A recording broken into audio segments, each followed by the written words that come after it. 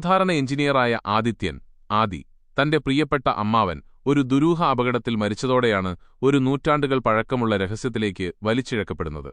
അമ്മാവന്റെ ഡയറിയിൽ മറഞ്ഞ താക്കോൽ എന്ന വാക്കും ഒരു പുരാതന കടങ്കഥയും മാത്രം. സസ്പെൻസ്.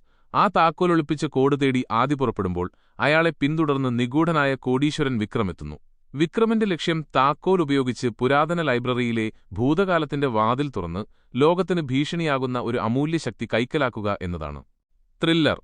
ആദിയും സുഹൃത്തുക്കളും തെളിവുകൾ തേടി നഗരത്തിലെ രഹസ്യതുരങ്കങ്ങളിലും പഴയ ക്ഷേത്രങ്ങളുടെ അറകളിലും യാത്ര ചെയ്യുന്നു. ഓരോ നിമിഷവും മരണഭീഷണി. വിക്രമിന്റെ ആളുകൾ അവരെ വേട്ടയാടുന്നു.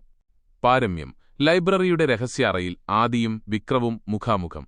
വിക്രം വാതിൽ തുറക്കാനൊരുങ്ങുമ്പോൾ ആദി സ്വന്തം ബുദ്ധികൊണ്ട് കളിക്കുന്നു. താക്കോൽ കണ്ടുപിടിക്കുകയായിരുന്നില്ല ആദിയുടെ ലക്ഷ്യം, മറിച്ച് ആ താക്കോലിനെ എന്നേക്കുമായി നിർവീര്യമാക്കാനുള്ള രഹസ്യക്കോഡ് കണ്ടെത്തുകയായിരുന്നു. വിക്രമിന്റെ പ്ലാൻ തകർത്ത് ലോകത്തെ രക്ഷിച്ചുകൊണ്ട് ആദി വിജയിക്കുന്നു. മോട്ടിവേഷൻ. പേടി എന്നത് ഒരു മിഥ്യയാണ്. നീതിക്കുവേണ്ടി നിലകൊള്ളുമ്പോൾ ലഭിക്കുന്ന ശക്തി അനന്തമാണ്. നമ്മുടെ ധാർമ്മികമായ നിലപാടാണ് ഏറ്റവും വലിയ പ്രതിഫലം. നിങ്ങൾ ഈ പ്രതിസന്ധിയിൽ ആദിയുടെ സ്ഥാനത്തായിരുന്നെങ്കിൽ എന്തു ചെയ്യുമായിരുന്നു?